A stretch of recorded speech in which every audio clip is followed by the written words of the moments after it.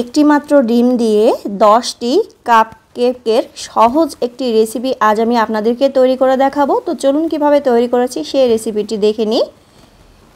প্রথমে একটা ডিম নিয়ে নিচ্ছি। ডিমটা যদি ফ্রিজে থাকে অবশ্যই আধা ঘন্টা আগে বের করে রাখবেন।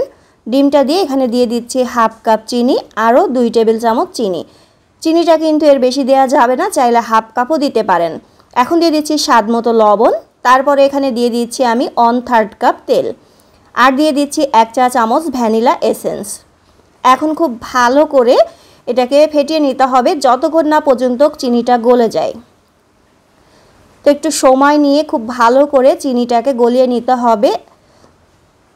তো দেখতেই পাচ্ছেন আমি ডিমের কালারটা কিন্তু একদম সাদাটে করে নিয়েছি, তারপরেও চিনি কিন্তু পুরোপুরি গলেনি, একটু দানা দানা আছেই। সেই জন্য এখানে আমি প্রথমে 1/3 কাপ দুধ, তারপরে আবারও 1/4 কাপ দুধ দিয়েছি। তো দিয়ে খুব ভালো করে মিশিয়ে নিচ্ছি। এখন কিন্তু খুব ভালো করে মিশিয়ে নিলে চিনিটা গলে যাবে। তো আমি আবারও 2 থেকে 3 মিনিট খুব ভালো করে এভাবেই মিশিয়ে নিয়েছি। চিনিটা গলে গিয়েছে। এই পর্যায়ে শুকনো উপকরণ দিয়ে দিচ্ছি 1 কাপ আটা, আর দিয়ে দিচ্ছি 1/4 কাপ আটা। তারপর 1 চা চামচ বেকিং পাউডার আর 1/4 চা চামচ বেকিং সোডা। এখন খুব ভালো করে এটাকে চেলে নিচ্ছি। এখন সবগুলো উপকরণ এই যে হ্যান্ড উইক্স দিয়ে খুব ভালো করে মিশিয়ে নিতে হবে। একটু সময় নিয়ে মিশিয়ে নেবেন যাতে এর ভিতরে কোনো দানাভাব না থাকে।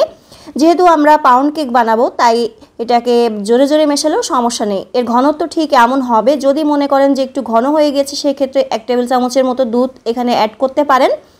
তো আমি যে মোল্ডে কেক বসাবো এরকম 4টা বাটি নিয়ে নিয়েছি। তো সব কেকগুলো আমি একেবারেই দেবো, আমার মেয়েরা সহ্য হচ্ছে না। আর যদি আমার কাছে এই মোল্ডগুলো আর নেই, 4টাই আছে, তো প্রথমে এই 4টা দিয়ে করে নিচ্ছি, আর বাকিগুলো আমি অন্য মোল্ডে দিয়ে তৈরি করে নেব। তো এই যে আমি একটা কাপের করে একই মাপ করে দিয়ে দিলাম।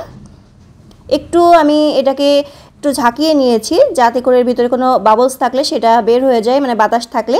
তো আগে থেকে চুলার পরে একটি হাঁড়ি দিয়ে আমি একটা কাগজ দিয়ে স্ট্যান্ড বসিয়ে গরম করে নিয়েছি। এই যে দেখুন, একটা কাগজ দিয়ে তারপরে একটা স্ট্যান্ড দিয়ে দিয়েছি। এখন আমি এই যে বাটিটা দিয়ে দিচ্ছি। এখন এটাকে 20 মিনিটের মতো জাল করলেই হবে। লোড থেকে সামান্য একটু আঁচে আমি বাড়িয়ে দেব, দিয়ে এটাকে জাল করে নেব। আর বাকিটাও আমি অন্য চুলায় বসিয়ে দিয়েছি, সেটা আমি আপনাদেরকে পরে দেখিয়ে দিচ্ছি হয়ে গেলে।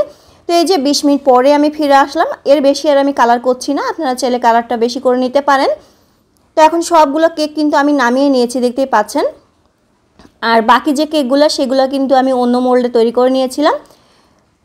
তো একটা ডিম দিয়ে আর আটা দিয়ে এই মোল্ডে কিন্তু আমি বাকি কেকগুলো বেক করে নিয়েছি চুলায়। তো একটা ডিম দিয়ে আর আটা দিয়ে কতগুলো কেক হয়েছে আপনারা দেখলেই বুঝতে পাচ্ছেন। আমার মেয়ে কেক খাওয়ার আর সে সময় দিচ্ছে না, তার এখনই খেতে হবে। তাই গরম অবস্থায় আমি আপনাদেরকে দেখিয়ে দিচ্ছি এই কাগজগুলো বের করে। একটু ঠান্ডা করে বের করবেন, তাহলে এই কাগজগুলো খুব সহজেই ছাড়ানো যাবে।